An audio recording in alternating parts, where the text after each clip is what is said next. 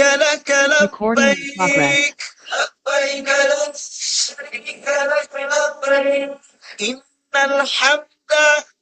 الحمد والنعمة لك والملك لا شريك لك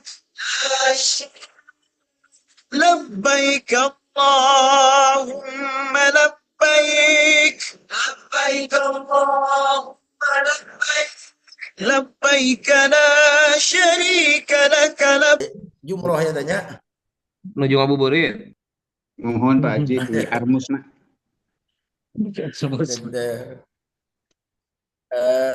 Terima kasih kepada Kepala Kantor Kementerian Haji dan Umroh Bapak Haji Husna SHIMM, juga Pak Ipan sebagai host, dan juga semua para calon tamu Allah.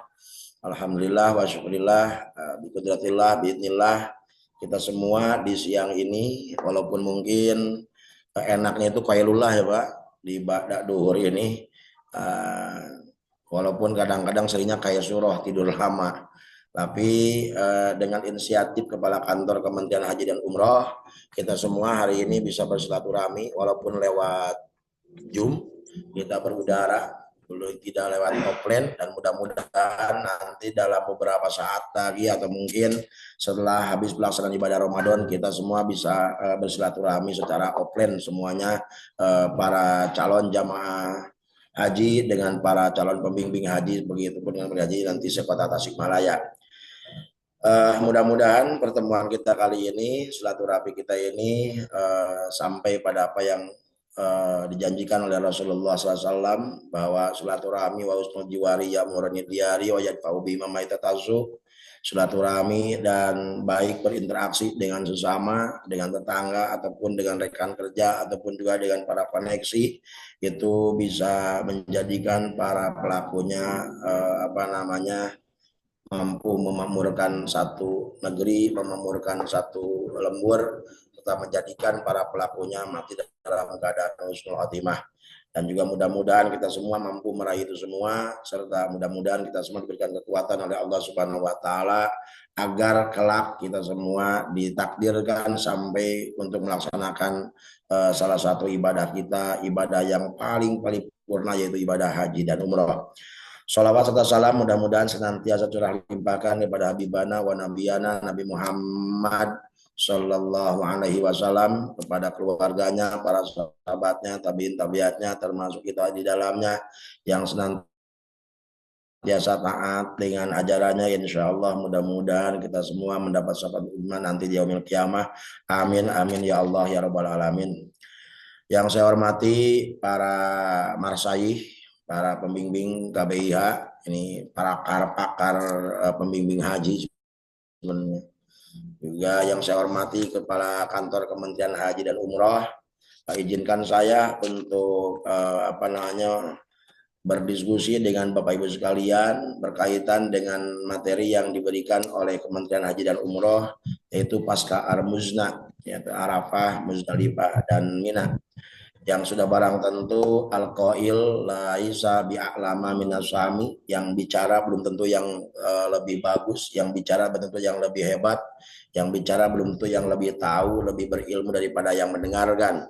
Oleh karena itu, jika nanti dalam pemaparan para masyayikh, para asatid, juga para calon jamaah ada beberapa hal yang kurang berkenan, maka kami sangat mengharapkan untuk memberikan masukan kaitan dengan pelaksanaan pasca Armuzna. Baik, berkaitan tentang pasca Armuzna, seperti yang kita melanjutkan dari perjalanan materi Armuzna, di mana Bapak Ibu sekalian sudah melaksanakan baik yang nafar sani ataupun nafar awal gitu kan, maka setelah itu Bapak sudah melaksanakan puncak pelaksanaan ibadah haji, atau puncak haji itu adanya di Armuzna.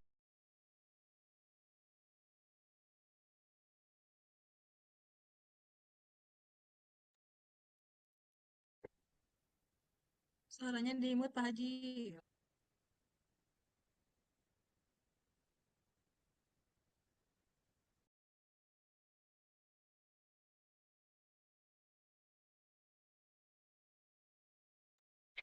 Pak Bayu Yuyuk ke Anmut. dianmut. Si Andi. Halo, Pak Yuyuk. Kurang bisa nggak dibuka Anmutnya? Tuh. Halo, Pak Yuyuk, buka unmute-nya.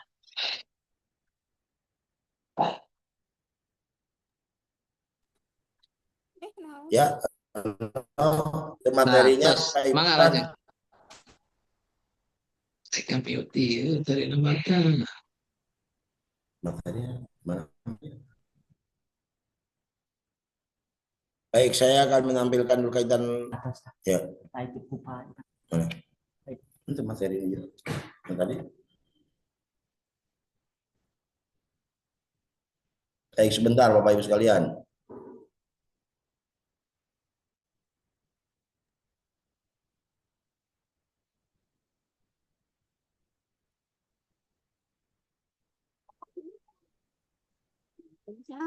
Karena sudah bisa ada lewat mana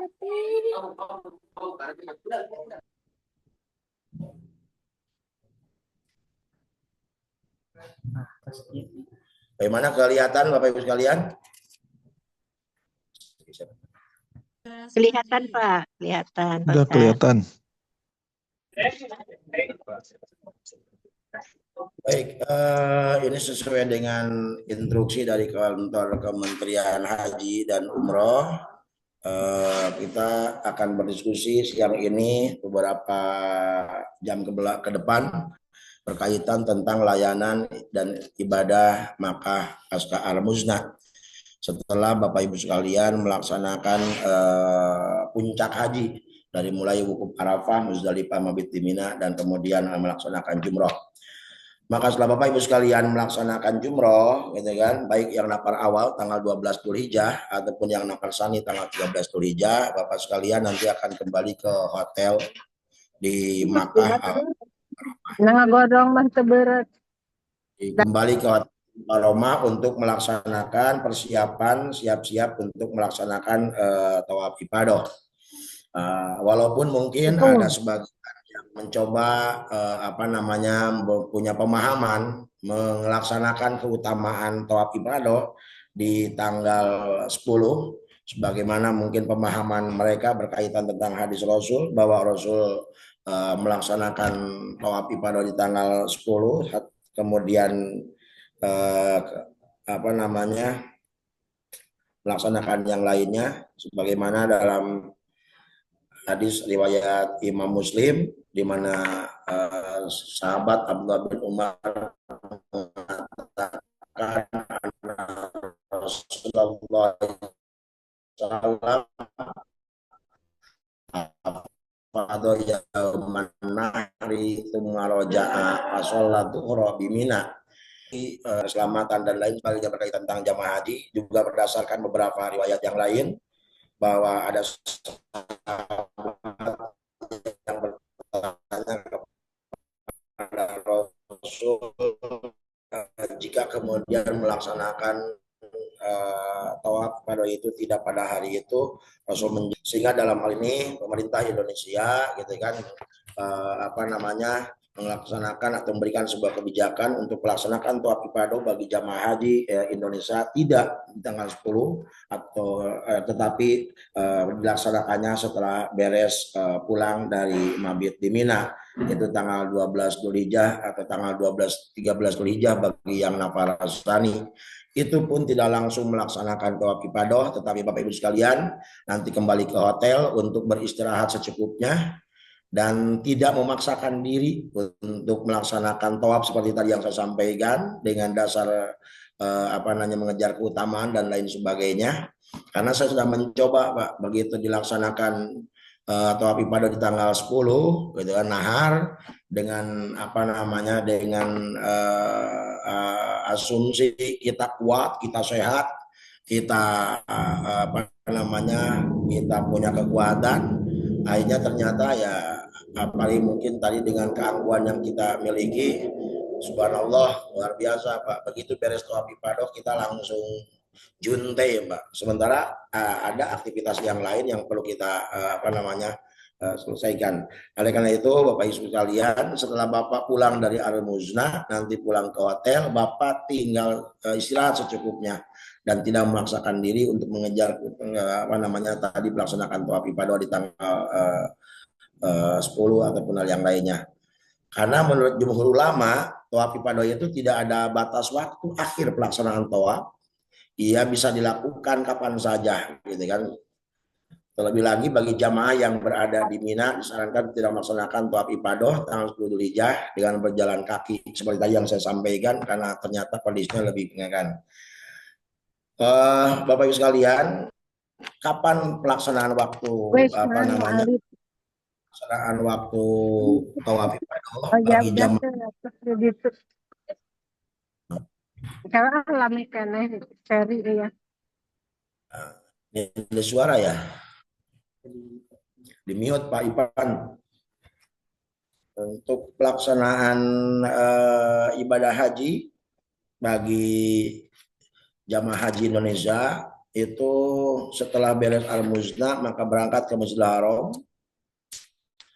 Kemudian semuanya beristirahat terlebih dahulu untuk mengumpulkan tenaga dan lain sebagainya, istirahat dengan secukupnya sambil menunggu nanti beroperasinya bus sholawat.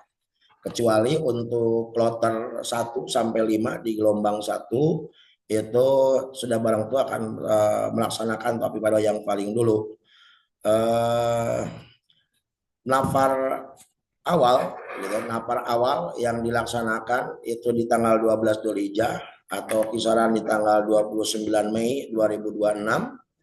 Kemudian nafar sani di tanggal 13 Dzulhijjah atau kisaran di tanggal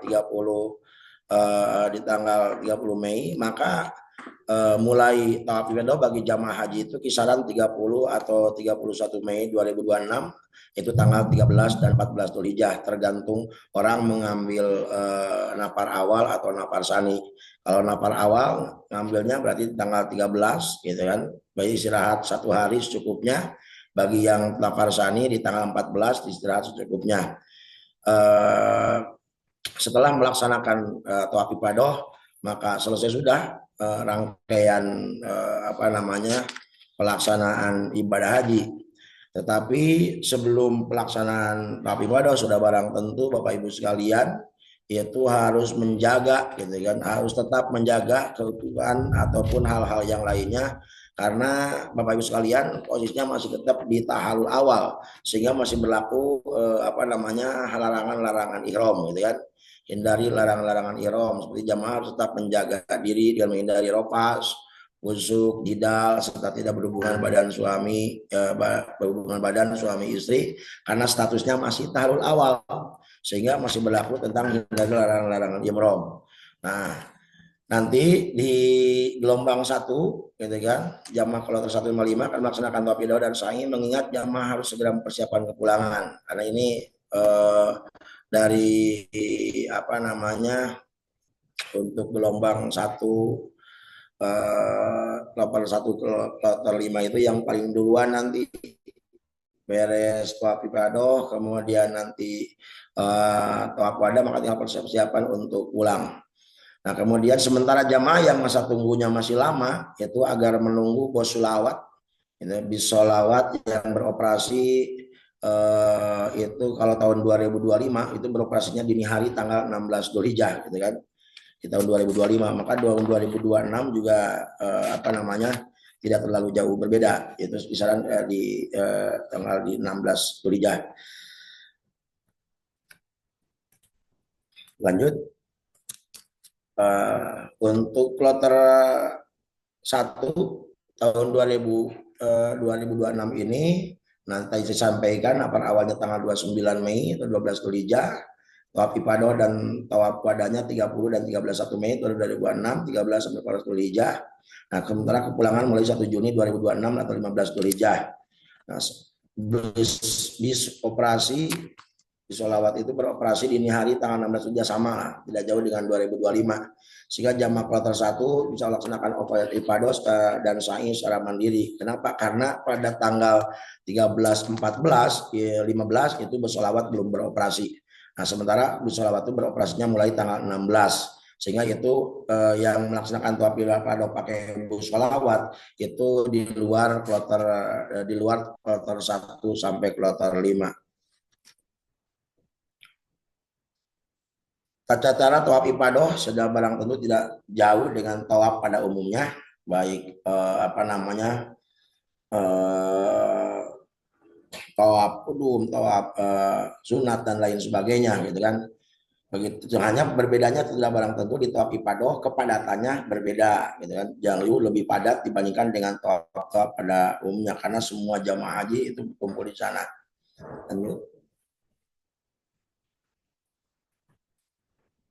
Setelah tawaf biasa melaksanakan sa'i gitu kan, setelah tawaf 7 kali putaran dilanjutkan dengan sa'i 7 perjalanan, setelah sa'i tidak diikuti dengan bercukur.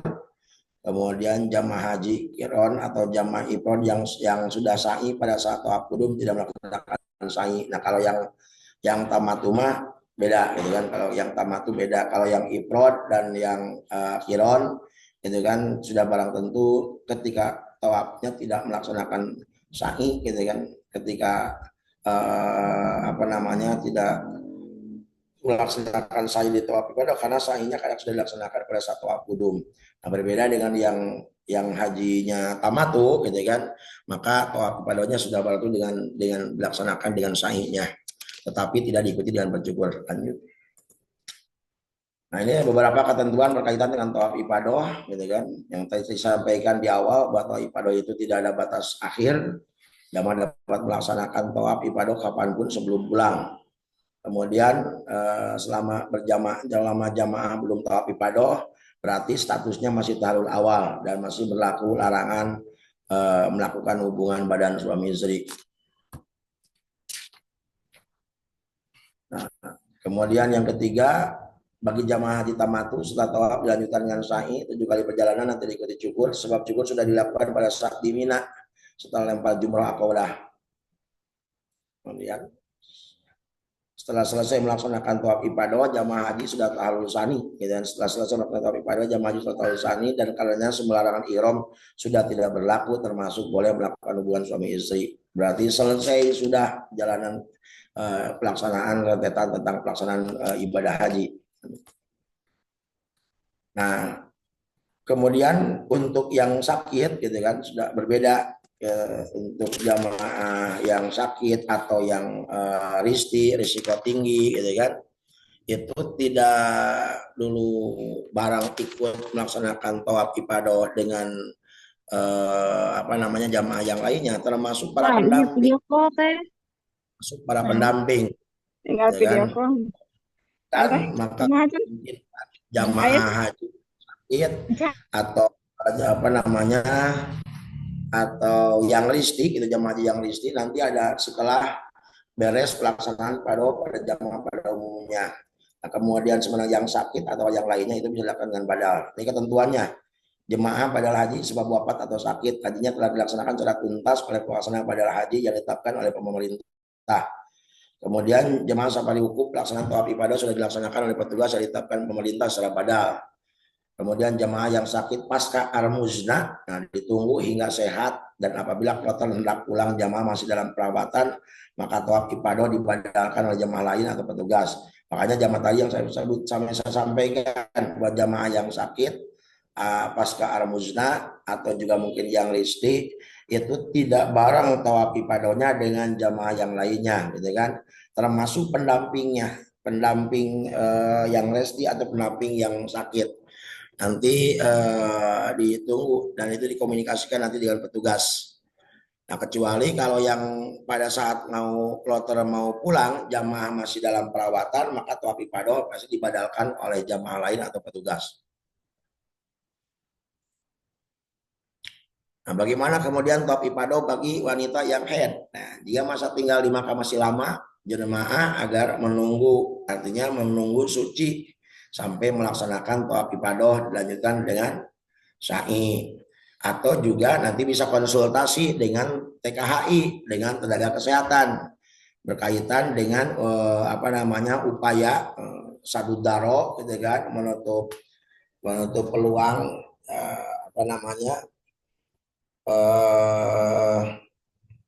berinisiatif atau menutup peluang darurat sehingga masih tetap bisa melaksanakan, maka memungkinkan tidak bagi wanita yang haid itu untuk meminum obat untuk penahan haid yang diharapkan bisa sekadar darah berhenti. Nah, itu sudah barang tentu bisa melakukan itu berdasarkan nanti petunjuk dari dokter kloter. Makanya bagi wanita yang mau melaksanakan poin yang kedua ini harus terlebih dahulu konsultasi nanti dengan TKHI. Kalau hasil analisa dokternya memungkinkan ya silakan. Kalau tidak ya jangan dipaksakan. Lanjut. Nah, jika masa tinggal di Mekahnya mepet, maka jamaah haji mengamati waktu jeda suci. Ketika darah tidak keluar dan setelah diteliti memang bersih dan diperkirakan cukup waktu untuk tawaf, maka segera mandi besar menggunakan pembalut yang rapat yang tidak memungkinkan darah menetes dan segera ke Ka'bah untuk melaksanakan tawaf ifadah dan sa'i. Jika setelah tawaf darah keluar lagi, maka ini disebut naqo atau lebih tepat diartikan bersih. Kondisi tidak keluar darah ini diartikan suci dan tawafnya sah. Nah, artinya ketika Bapak Ibu sekalian, ketika ibu-ibu khusus ketika ibu-ibu yang tidak memungkinkan tadi pakai obat gitu kan untuk menahan keluarnya darah, kemudian juga nunggu waktu suci juga waktunya ternyata mepet, maka jamaah haji ini dengan nanti konsultasi dengan pembimbingnya juga dengan pihak baik itu pembimbing ibadahnya maupun juga dengan pihak pembimbing kesehatan, ini adalah tenaga kesehatan atau para dokter itu mencek bahasa orang maling-maling gitu kan, maling-maling ngintip-ngintip waktu saat bersuci keroot gitu kan. Ketika darah tidak keluar dan setelah diteliti memang bersih, maka diperkirakan cukup waktu, itu beranalisa cukup waktu untuk tawaf, maka segera mandi besar, kemudian menggunakan pembalut, kemudian melaksanakan tawaf. Ini beberapa pendapat para ulama berkaitan tentang tawaf ifadah, gitu kan. Khususnya bagi wanita yang haid, Imam Hanafi membolehkan tawaf ifadah dalam kondisi haid, namun dikenakan dam 1 ekor unta. Imam Ahmad dalam satu riwayat membolehkan tawaf ifadah dalam keadaan haid, tetapi dikenakan dam 1 ekor kambing. Ya, kondisi darurat karena segera pulang dan tidak memiliki uang, jamaah dapat menggunakan pendapat Imam Ibnu Qayyim atau pendapat Imam Ibnu Taimiyah, di mana Ibnu Qayyim dan Ibnu Taimiyah dua-duanya berpendapat bahwa tawaf ifadah itu tidak harus mensyaratkan dan tidak harus punya syarat suci. Jadi suci itu bukan syarat sahnya tawaf menurut pendapat Imam Ibnu Taimiyah dan pendapat Imam Ibnu Qayyim, sehingga tawaf bisa dilakukan menurut pendapat Ibnu Taimiyah dan pendapat Ibnu Qayyim. Tetapi kita selama masih memungkinkan gitu tadi dengan upaya-upaya yang tadi di atas gitu kan, kita tetap menggunakan pendapat jumhur, tidak menggunakan pendapat itu. Tetapi jika kondisi darurat karena memang segera pulang sementara dengan obat yang tidak memungkinkan, maling-maling juga cari-cari kondisi yang rapotnya juga tidak memungkinkan, bisa melaksanakan tawaf ifadah, harus berubah. Jadi kan harus berubah niatnya bahwa kita menggunakan pendapat Imam Ibnu Taimiyah dan pendapat Imam Ibnu Qayyim. Karena hanya pendapat Imam Ibnu Taimiyah dan pendapat Ibnu Qayyim lah yang berpendapat bahwa tawaf ifadah itu bisa dilakukan, tawaf itu bisa dilakukan dalam keadaan tidak suci. Nah, setelah beres tawaf, Bapak Ibu sekalian sudah barang tentu gitu kan, setelah beres tawaf ifadah, Bapak Ibu sekalian beres gitu kan, selesai melaksanakan rangkaian semua ibadah haji. Sebelum pulang ke tanah air dan masih posisi di Mekah, tinggal kemudian mengevaluasi semua pelaksanaan rangkaian ibadah haji dan umrohnya, berdiskusi atau berkonsultasi kepada para pembimbingnya, pembimbing KBIH gitu kan, para pembimbing ibadahnya. Jika ada beberapa pelaksanaan mungkin yang kurang yang perlu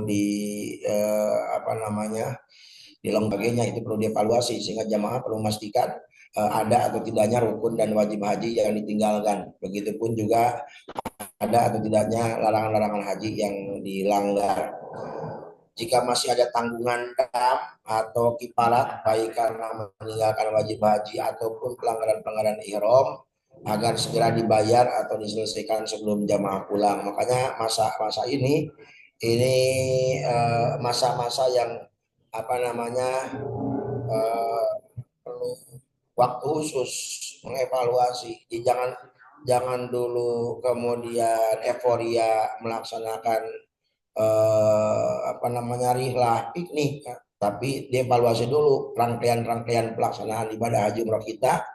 Khawatir ada yang kelewat atau mungkin lupa baik berkaitan dengan rukunnya, wajibnya ataupun juga dengan sunahnya, atau juga ada larangan haji, gitu, larangan ihram yang dilanggar dan sebagainya, dan belum dilaksanakan damna dan lain sebagainya. Itu perlu dievaluasi berbarengan, nanti berkonsultasi dengan pembimbing Bapak Ibu sekalian. Itu dilaksanakan Bapak Ibu sekalian di hotel di Mekah, gitu kan. Jadi jangan dulu euforia kemudian karena mentang-mentang sudah selesai ibadah kayaknya ya fokus dengan rilah. Ini evaluasi dulu, gitu ya, perjalanan pelaksanaan ibadahnya.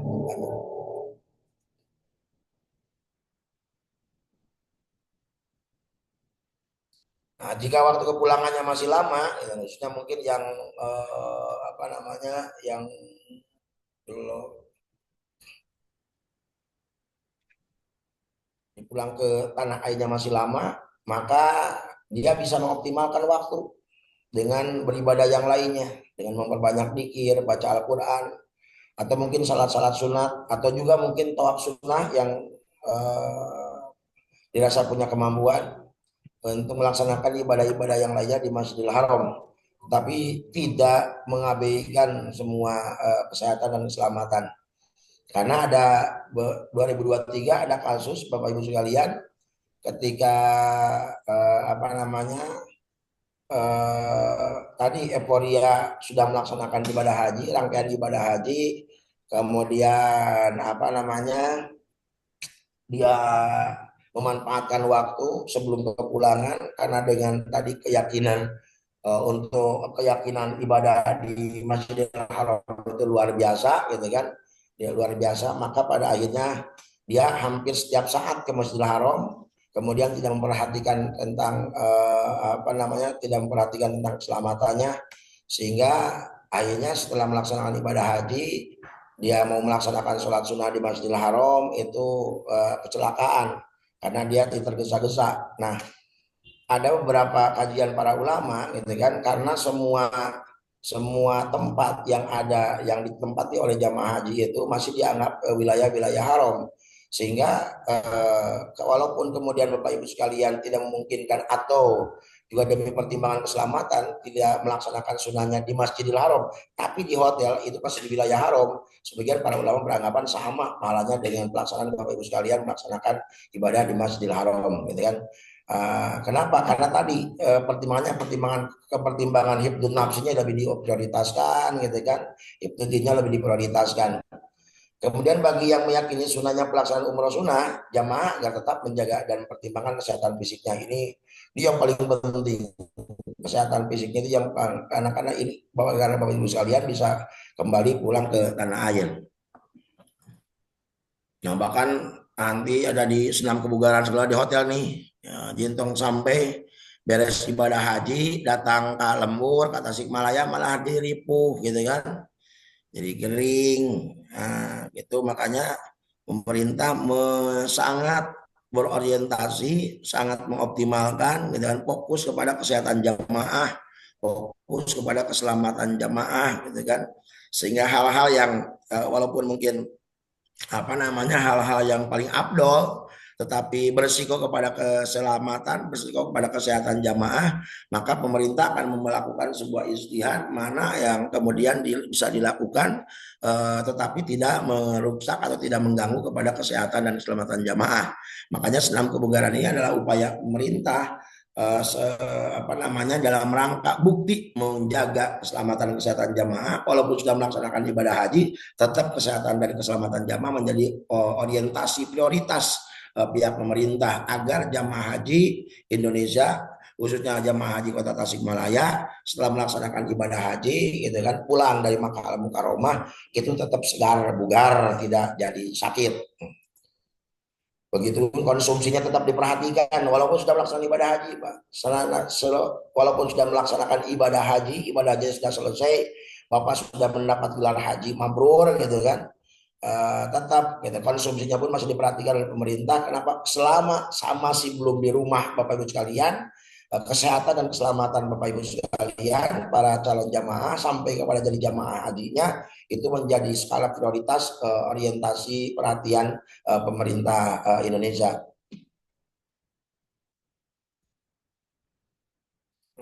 Ini kondisi gambaran tahun yang lalu pemakaman. Kalau ada jamaah yang ditakdirkan Allah ternyata malah setelah berupaya pemerintah menjaga kesehatan, keselamatan, tapi ternyata ya takdir Allah berkata lain, akhirnya harus meninggal di Mekah. Ini proses pemakamannya Pak yang di Ma'la ya. Nah setelah itu Bapak Ibu sekalian tinggal persiapan untuk kepulangan. Setelah diyakini hasil evaluasi, setelah dievaluasi semua rukun haji, wajib haji, sunnah haji, kemudian larangan-larangan tidak ada yang dilanggar ataupun yang dilanggar sudah dilaksanakan, damnya sudah dilaksanakan kifaratnya, maka Bapak sudah yakin ibadah haji Bapak sudah sempurna secara ilmu berdasarkan hasil konsultasi dengan pembimbing Bapak, maka Bapak sudah selesai melaksanakan ibadah haji, tinggal persiapan untuk kepulangan ke tanah air. Nah, kepulangan ke tanah air ini, maka Bapak ya siap-siap beres koper, teman.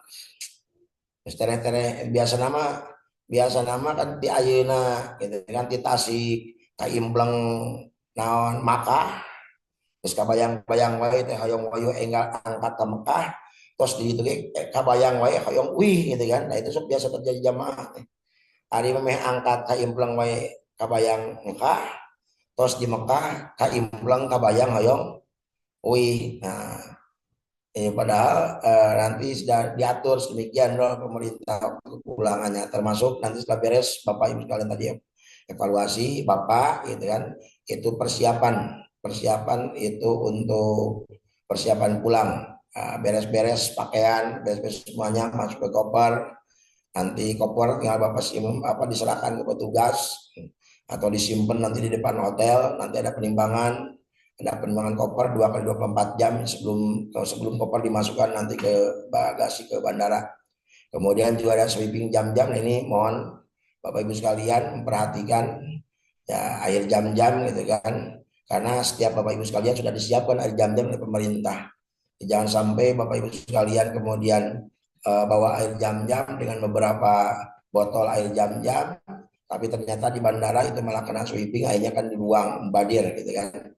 Lebih baik tidak karena pemerintah pun sudah mempersiapkan air jam-jam buat Bapak Ibu sekalian gitu kan. Atau kalau masih kurang masih banyak Pak di Mangkubumi usul air jam-jam tinggal meser Pak di Mangkubumi kepala tak itu cakat beneran ya dah.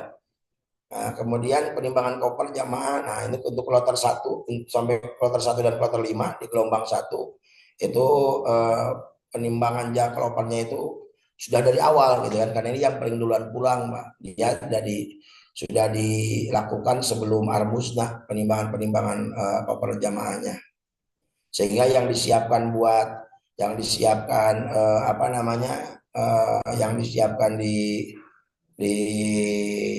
hotel itu hanya yang bisa memungkinkan itu kan, yang bisa memungkinkan di sebatas kebutuhan pelaksanaan tawaf ifadah dan sebatas kebutuhan yaitu pakaian-pakaian sebelum dia pulang nanti ke tanah air. Kemudian koordinasi penurunan koper di lobi itu kan disimpan ke Bapak riwe Pak, disimpan lidinya, nanti sudah ada petugas, koper dikelompokkan sesuai dengan rombongan bus. Ini nanti di depan lobi hotel. Nah ini sweeping air jam-jam yang tahun kemarin Pak, sweeping air jam-jam. Jadi namun melebihi kapasitas itu juga apa namanya eh, jangan dipaksakan, Pak. Daripada banyak yang kejadian kemudian bawa air jam-jam kemudian dipaksakan teng-tengan dan sebagainya, begitu di bandara malah ternyata mubadir, Pak. Itu di apa namanya di sweeping sama petugas bandara dan dibuang. Bahkan dengan berbagai macam apa namanya mau di jam-jam bapak teng-teng atau dimasukkan ke koper atau bukan pada tas teng-tengan dan sebagainya, tetap juga Pak ada pemeriksaan. Maka lebih baik Bapak tidak repot-repot memaksakan, karena pemerintah juga sudah mempersiapkan tentang air jam-jam ini. Nanti oleh petugas yang di sana di TPI yang di Arab Saudi juga melakukan pemeriksaan terhadap apa namanya air jam-jam yang Bapak masukkan di dalam koper ataupun di tas teng-tengan.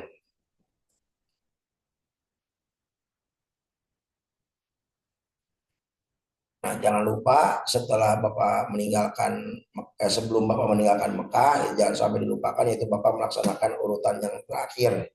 Nah, itu tawaf wada gitu kan. Ini tawaf sebagai perpisahan. Tawaf wada ini ada yang mengatakan wajib, ada yang mengatakan sunnah. Yang mengatakan wajib seperti pendapat Imam Hanifah, Abu Hanifah, Imam Syafi'i, Imam Ahmad dan kebanyakan para ulama. Yang mengatakan sunnah itu Imam Malik dan Imam Daud serta Imam Ibnu Mundir. Nah, bagi jamaah wanita haid atau nifas, kewajiban tawaf wadanya gugur. Mereka disunahkan hadir dan berdoa di depan pintu gerbang atau pelayan Masjidil Haram. Artinya untuk haji wada tidak perlu repot-repot. Ibu yang haid itu seperti tadi pelaksanaan di tawaf ibadah gitu kan. Nah, cukup hanya berdoa di depan pintu gerbang pelataran Masjidil Haram gitu. Tergantung Bapak nanti dari ibu dari apa namanya nanti apa namanya masuknya dari terminal yang mana.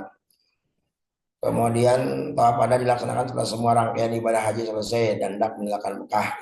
Jadi jangan sampai terjadi setelah tawaf wada kemudian kembali lagi ke hotel, tinggal lagi satu malam menginap lagi di hotel. Itu bukan hotel haji wada ya Pak.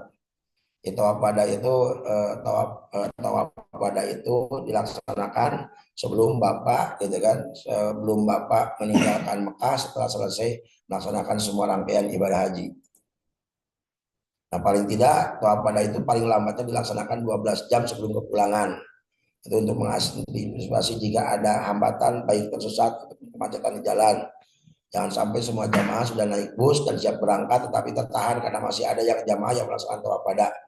Makanya pada saat melaksanakan tawaf wada, para bapak ibu sekalian jangan ada yang meninggalkan hotel, tetap standby di lobi. Nanti apa namanya diatur oleh petugas, nanti petugas yang memberikan jadwal gitu kan.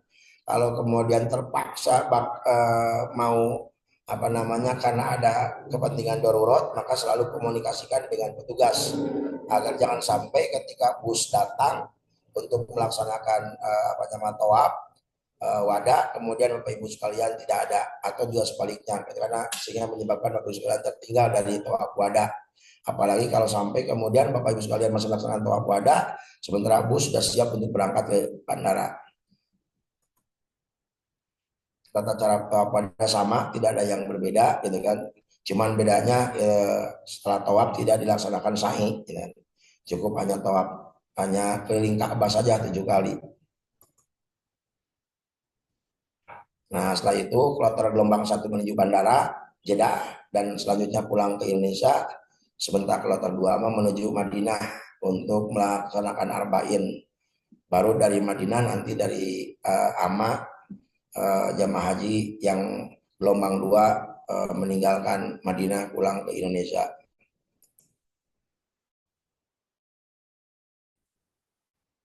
Nah, ini kondisi di apa namanya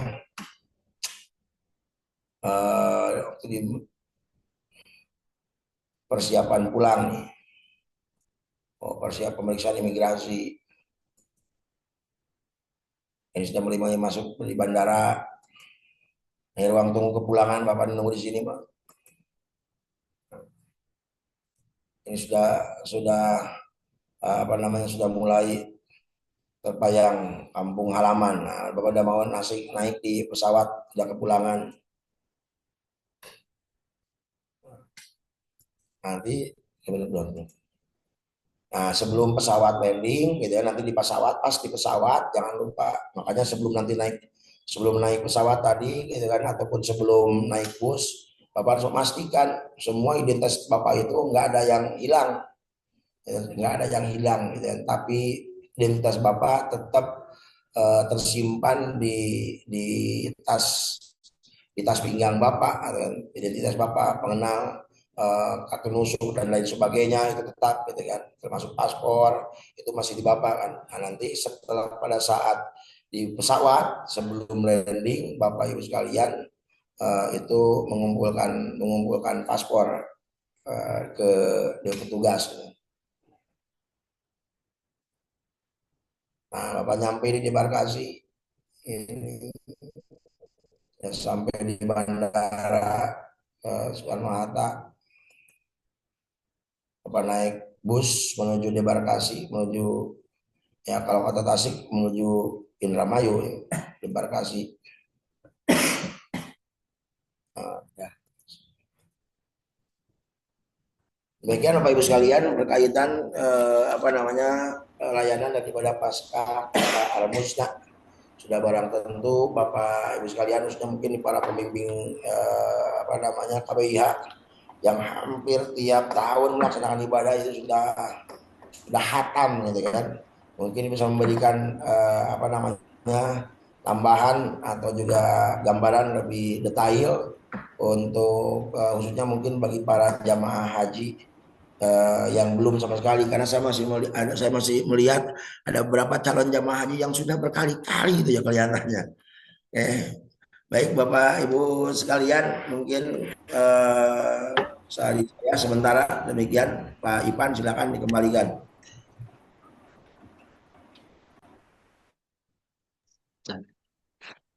Terima kasih Pak Haji Yuyu atas paparan materinya. Semoga dapat dipahami oleh kita semua. Kepada Bapak Ibu yang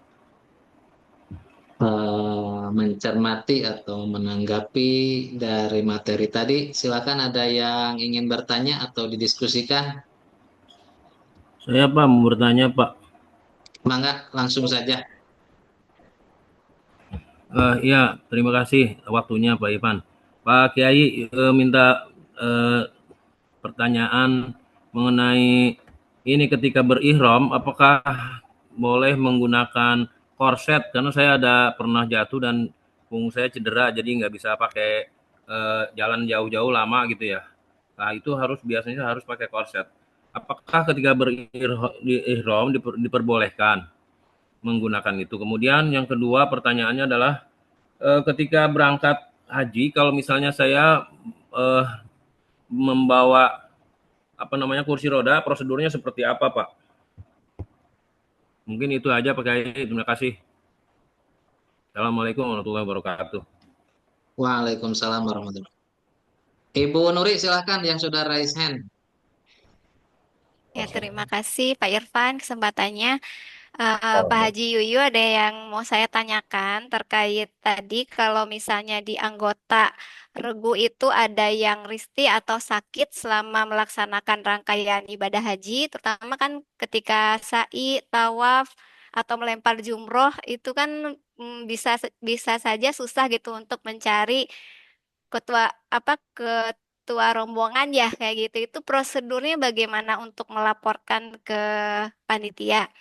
Kemudian pertanyaan yang kedua, sekarang banyak yang jual online ya celana ihram untuk pria, apakah itu diperbolehkan Pak Haji yang kayak popok itu saya lihat ya diikat-ikat gitu, apakah diperbolehkan menggunakan itu? Terus untuk yang ketiga, pernah baca juga terkait dam, yaitu boleh dibayarkan dengan cara berpuasa, itu tata caranya bagaimana Pak Haji? Terima kasih. Assalamualaikum warahmatullahi wabarakatuh. Waalaikumsalam warahmatullahi wabarakatuh. Untuk sementara ada dari 2 orang 5 pertanyaan. Yang pertama dari Bapak siapa tadi teh? Pak Henhen ya.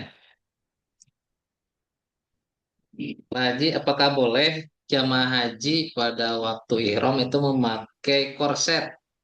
Dan yang kedua, untuk yang sakit membawa kursi roda bagaimana prosedurnya? Baik,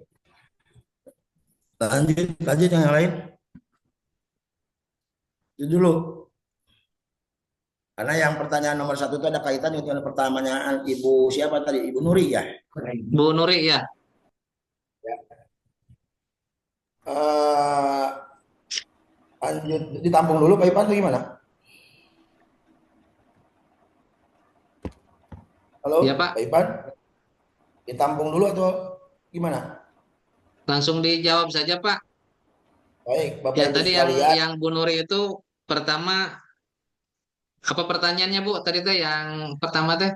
Kalau sedang melaksanakan rangkaian ibadah haji, ada yang sakit atau yang risti, Hmm. itu gimana cara melaporkannya ke petugas, Pak? Yang kedua, Yang kedua, boleh atau tidak untuk pria menggunakan celana dalam yang diikat kayak gitu, yang banyak dijual online. berarti waktu ihram ya, Bu ya? Ya, waktu ihram. Oh, Yang iya. ketiga tentang dam yang dibayar secara Dam. berpuasa. Ya, itu bagaimana caranya?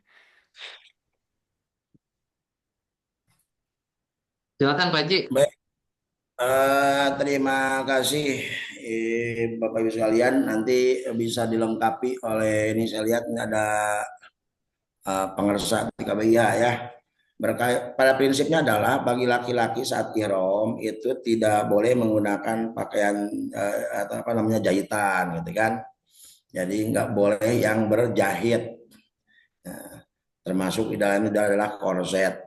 Nah, tapi kalau ternyata demi pertimbangan medis gitu kan, karena mungkin apa namanya buat korset itu berfungsi buat sabuk diikat pinggang atau juga dan lain sebagainya gitu kan, maka apa namanya jika kepentingannya adalah kesehatan itu tidak jadi mengapa, tetapi diusahakan idealnya itu adalah korset yang tanpa jahitan gitu kan. Maka ini bisa nanti bisa dikonsultasikan ketika demi pertimbangan kesehatan, demi pertimbangan ada apa namanya tadi rasa sakit itu bisa sebelum menggunakan itu bisa dikonsultasikan nanti dengan pihak medis gitu kan. Tetapi setelah apa namanya tidak memungkinkan gitu kan, tidak memungkinkan kalau pakai korset tanpa jahitan, mesti pakai jahitan, sisi lain adalah ada rasa sakit, maka ini diperbolehkan. Ad-daruratu tubihul mahdurat gitu kan. Walaupun ada sebagian para ulama juga yang mengatakan tetap tidak boleh, kalaupun dipaksakan dia harus bayar dam, tetapi apa namanya jumhur kan tidak perlu gitu kan, diperbolehkan selama apa namanya untuk kepentingan apa namanya keselamatan. Hibdun nafsi itu yang diprioritaskan, menjaga jiwa, menjaga keselamatan itu yang diprioritaskan. Maka otomatis jawaban ini juga sama dengan tadi yang pertanyaan dari Bu Nuri ketika pakai apa selempak celana dalam gitu kan. Ya, kalau celana dalam yang memperkuat apa namanya berfungsinya sebagai sabuk ikat pinggang, buat apa? Ya, tapi kalau memang ada celana dalam itu yang tidak pakai, yang tidak berjahit, ya silakan, tidak apa-apa. Makanya apa namanya patokannya bagi bagi para laki-laki ya itu adalah tidak menggunakan yang berjahit gitu kan.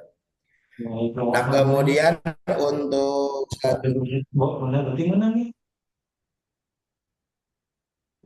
ya, Kalau yang sakit dan risiko kaitan tinggi tentang itu korset komunikasinya dan dalam, kemana? ya. Sebetulnya tanpa harus komunikasi Bu, nanti juga petugas akan menginventarisir, gitu kan? Petugas dari sejak di sini, kemudian nanti di embarkasi, gitu kan?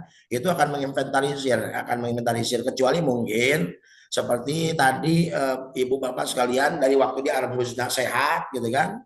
Kemudian diinventarisir oleh petugas adalah sehat, tapi ternyata begitu datang ke hotel apa namanya itu tiba-tiba sakit. Dan sementara hasil inventarisir petugas, ibu bukan orang yang sakit atau bukan orang yang risti, tetapi orang yang sehat. Nah, Bapak Ibu sekalian tinggal komunikasi nanti dengan Karu, nanti Karu dengan Karom, Karom nanti dengan apa namanya dengan ketua kloter. Nanti ketua kloter lah yang apa namanya yang mengkoordinasikan berkaitan tentang sakitnya Bapak Ibu sekalian gitu kan. Jadi nggak perlu bingung, Bu. Nggak perlu bingung. Sejak awal bagi yang resti, yang sakit itu sudah diinventarisir. Ya, tetapi kalau ternyata di luar apa namanya di luar pengetahuan petugas, maka ibu tinggal mengkonfirmasikan lewat nanti ada dibuat WA grup, Bu. Dibuat sambungan komunikasi biar mudah memudahkan komunikasi. Apalagi Pak Iman? Yang pertanyaan yang ketiga dari Bu Nuri itu yang damnya dibayar oleh puasa ya, Bu? Betul, Pak. Itu apakah bisa dan bagaimana caranya? Oh iya. Itu Pak Haji satu lagi, dam dibayar dengan puasa. Ya, itu kan ada di Al-Baqarah 197, bukan? Apa namanya 3 hari waktu di Mekah dari 7 hari yaitu nanti di tanah air gitu kan. Ibu nanti setelah apa namanya ketika mau melaksanakan membayar dam, ibu tinggal mengucapkan niat gitu kan bahwa ibu mau melaksanakan puasa yaitu yang 3 hari sebagai puasa tamatu, tetapi nanti harus melengkapinya 7 hari di Tanah air. tempat ya tanah air ya. Hanya di orang Indonesia itu jarang sama nomor 7 poe 2 poe itu kuat di tanah air gitu. Mending bayar Pak Haji gitu. Gitu kan, sebab segala kan tempo di Indonesia ya jengkol, ya putih, beberapa berpuasa gitu. Karena rata-rata melaksanakan data itu dengan apa? Yaitu dengan menyembelih hewan. Tapi kalau ibu mau ya karena ini silakan. Itu dengan ibu tinggal niat setelah pada saat mau melaksanakan dam, ibu tinggal niat puasa 3 hari di Mekah itu sebagai puasa haji tamatu dan nanti dilengkapi di tanggal 7 di tanah air. Pak Haji Silakan yang 3 lain hari yang itu, nambah, ini ada Pak Kiai dari KBIH, silakan ada yang nambah. Pak Haji yang 3 hari itu di rangkaian tanggal ihram atau di luar? Apa? Yang 3 hari itu apakah di tanggal ketika kita berihram atau di luar tanggal itu? Oh, Iya. itu sama ketika waktunya sama ketika waktu yang akan melaksanakan apa namanya dam menyembelih. Gitu kan, tergantung nanti kalau contoh umpamanya yang mau melaksanakan dam menyembelih itu tanggal 11 gitu kan atau tanggal 12, maka ibu di situ mulai melaksanakan. Yang penting jangan sampai melaksanakan saum waktu-waktu yang diharamkan. Jangan sampai ibu melaksanakan saum 12 haram puasa. pada waktu-waktu yang diharamkan. Seperti hari tasyrik kan diharamkan, hari nahar diharamkan. Kan? Makanya nanti ibu tinggal berkoordinasi dengan pihak petugas. Ya, terima kasih Pak Haji. Oke, sama-sama. Mungkin ada tambahan dari para pemimpin KBIH. Mangga, silakan.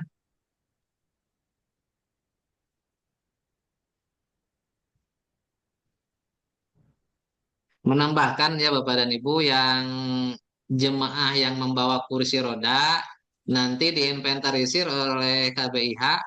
Kalau yang ikut rombongan KBIH dan untuk yang mandiri itu silakan konfirmasi ke kantor Kementerian Haji kalau akan membawa kursi roda. Seperti itu. Jadi nanti kursi roda dibawa beserta koper. Tuh.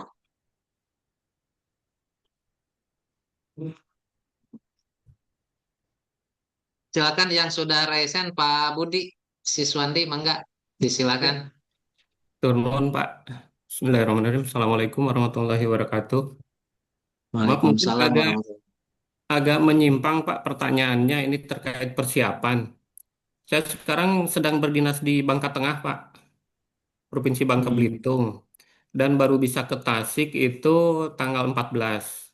Sedangkan jadwal vaksin itu tanggal 12. Ini kemudian saya coba koordinasi di sini Pak dengan Dinas Kesehatan Bangka Tengah ya. Dan ternyata di sini kuotanya sudah dibatasi sejumlah jemaah haji. Ini kira-kira saya bisa ada pergeseran tanggal nggak Pak untuk vaksinnya? Mungkin itu aja Pak. Ini mohon maaf agak menyimpang dari materi yang disampaikan. Makasih, Pak. Untuk terkait vaksin, Pak Kepala Kantor silakan untuk memberi tanggapan. Terima kasih. Untuk yang tadi ada yang di Bangka vaksin di tempat kita bekerja misalnya, tapi karena dari sananya sudah tidak ada kuotanya, dan mungkin kami akan koordinasi dengan dinas kesehatan apakah nanti di luar tanggal yang sudah ditemukan bisa ini. Mudah-mudahan bisa lah Pak lah. Karena hanya mungkin bapaknya tidak harus ke tempat dinkesnya atau ke puskesmas. Dan kami akan tanyakan nanti ke dinkes barangkali karena di sana mungkin di Bangkanya sudah full, berarti tidak ada Sudah, vaksinnya sudah habis gitu. betul Pak, Ya. terbatas Pak. Jadi Itu kalau ya, meningitis atau apa? yang dari ini Pak, meningitis dan polio ya Pak ya, kalau nggak salah yang paket itu Pak. Oh iya iya. Kalau untuk vaksin Baik. influenzanya saya sudah di sini Pak. Oh, Bapak gabung di kloter berapa? Kloter 28 Gabung itu. gabung Yang ya, KBIH. Bungur Sari Ikut Pak, KBIH. Bungur Sari. Oh, ikut Al-Amin. KBIH. Amin. Oh ya. Tanggal 28. Berarti Bapak pulangnya tanggal 14? Ya, baru ke Tasik tanggal 14 Februari. Jadi kemungkinan kalau di hari kerja mungkin 16-17 saya bisa Pak ke Dinkes Kota Tasik. Oh iya iya. Ya, Atau kita ke puskesmas konsultasi atau kan ke biasanya mana kalau gitu. meningitis ada batas ini ya, batas beberapa hari sebelum terbang ya, mungkin nanti tinggal ini aja nomornya Pak, kita ini nomor nomor Bapak nanti kita di tindak lanjut ke Dinkes supaya nanti di petugas Dinkes bisa bisa Bisa melayani menghubungi. walaupun mungkin tidak harus di hari kerja, kalaupun bisa bisa inilah ada diskresi lah. Ya, mungkin nanti saya koordinasi Pak dengan eh, apa Kemenhub Tasik Pak dengan tim Bapak. Iya, Di siap mana siap Pak Budi? ditunggu Bungur Pak. Sari, Ya, ya, siap siap. Bungur Sari paling mana Pak Budi? Terima kasih Pak. Bulan? Bungur Sari paling mana Pak Budi? Aduh, kirang jelas Pak, kumaha Pak? Pak Budi orang Bungur Sari. Bungur Sarina paling mana? Mohon di dekat SMA Pangkret SMA 2 Pak. Tetangga jeung abdinya Pak Budi teh. Ya Kang, ajeng Pak Yuyu. Oh, paling mana? Abdi di Setiarasa Gerbang Purim Sukarindik. Oh, sih rasa mohon. Oh, Bunga enak nuju dinas di Bangka Pak, di Bangka Tengah di kota di Koba. luar biasa, sukses sukses. Mohon. Atur nuhun Pak. Pak Terus, Budi, Mangga, mangga. Assalamualaikum warahmatullahi wabarakatuh. Waalaikumsalam. Waalaikumsalam warahmatullahi wabarakatuh. Punten abi kenalkeun ajat sang ajat. Baur bukan Tasik, ya bukan Tasik.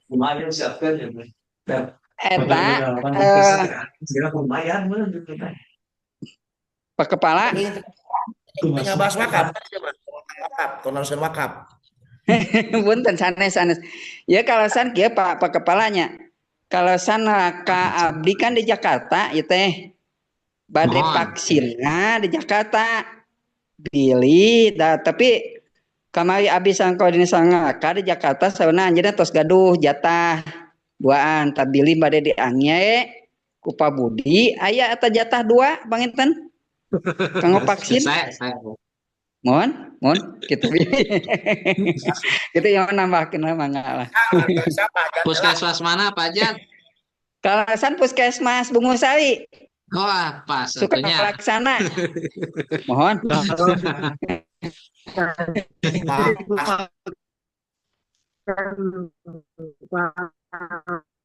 Pak Budi terus gaduh kuota.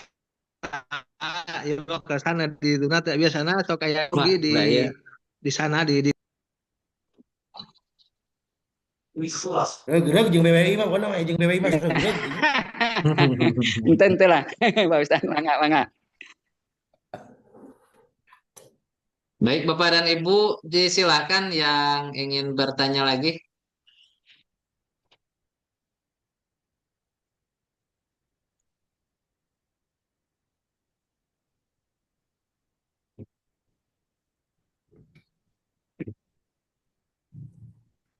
Pak, satu lagi. Kalau bawa air zam-zam pas pulang boleh nggak buat diminum di jalan? Gimana itu pengalaman Bapak Haji Yuyu? Kalau bawa air, cina dibawa sambil pulang, bawa air jam-jam, boleh tidak? Boleh tetap pendak mah gitu Pak Ji. Boleh asal jangan 1 drum. Yang sadrum. Iya, Pak.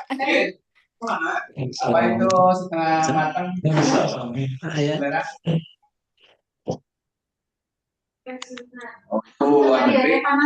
Maka upami badannya Neng nyebutnya upami badannya cai jam-jamat biasa dititipkan ke Haji Agus Alamin. sadrum. Sadre masih simpan di alamin lah. Mengambil ayat tambahan dari KBIH, barangkali ada yang lagi Bentar standby kesiangan. di Zoom siang hari ini. Halo, para KBIH.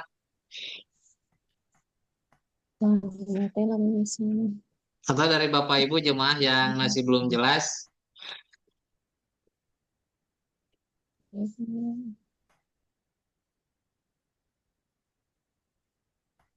Insya Allah atas jelas. Nah, insya Allah atas jelas. Baik Bapak dan Ibu, kalau dirasa sudah jelas, mungkin itu yang bisa kami sampaikan pada kesempatan siang menuju sore hari ini. Dan kita tutup kegiatan Jum hari ini dengan bacaan hamdalah bersama-sama. Alhamdulillahirabbil alamin. Ini Bapak dan Ibu sesi 1 ya, nanti ada sesi 2, sesi 3. Jum itu akan dilaksanakan berulang kali ya. Mungkin hari Rabu ya, hari Rabu, hari Jumat nantilah. Pada waktu yang sama di siang menuju sore hari ini sambil ngabuburit dengan para pemateri yang sudah berpengalaman, yang sudah berkali-kali berangkat haji, yang mana beliau-beliau semua insya Allah akan memberikan permasalahan yang Bapak Ibu belum tergambar gitu ya, nanti oleh Bapak pemateri nanti diterangkan lebih jelas seperti itu.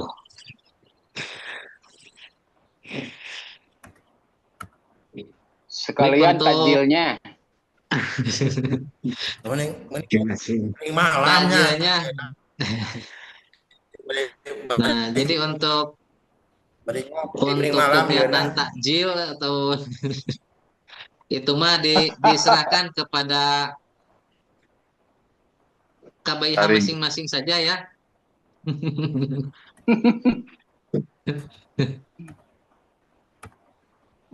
Baik, untuk penutup dari Bapak Kepala Kantor disilahkan.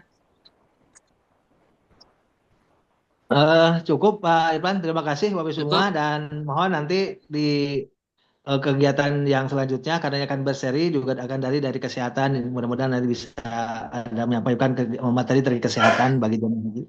Terima kasih, cukup Pak Irfan, hatur nuhun. Ya. Lajeng buka jam deui. Baik. Bapak dan Ibu, mohon maaf atas segala kesalahan dari awal sampai akhir.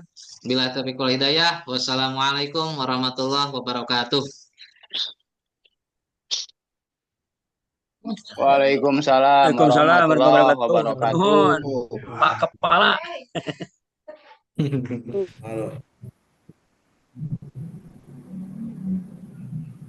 Waalaikumsalam. Pak Irfan tadi di mana itu? Ngobrol tadi di sini ya.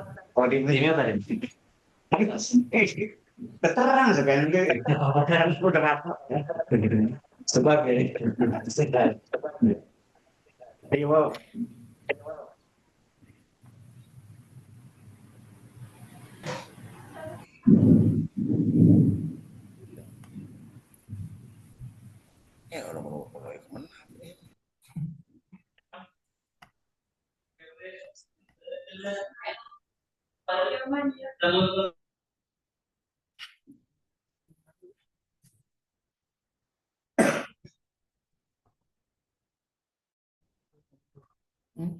Kemenangan.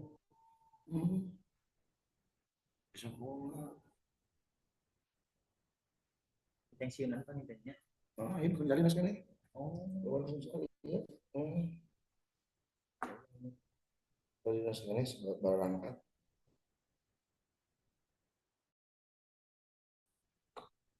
Di atas kan dikeluarkan nggak? Terus.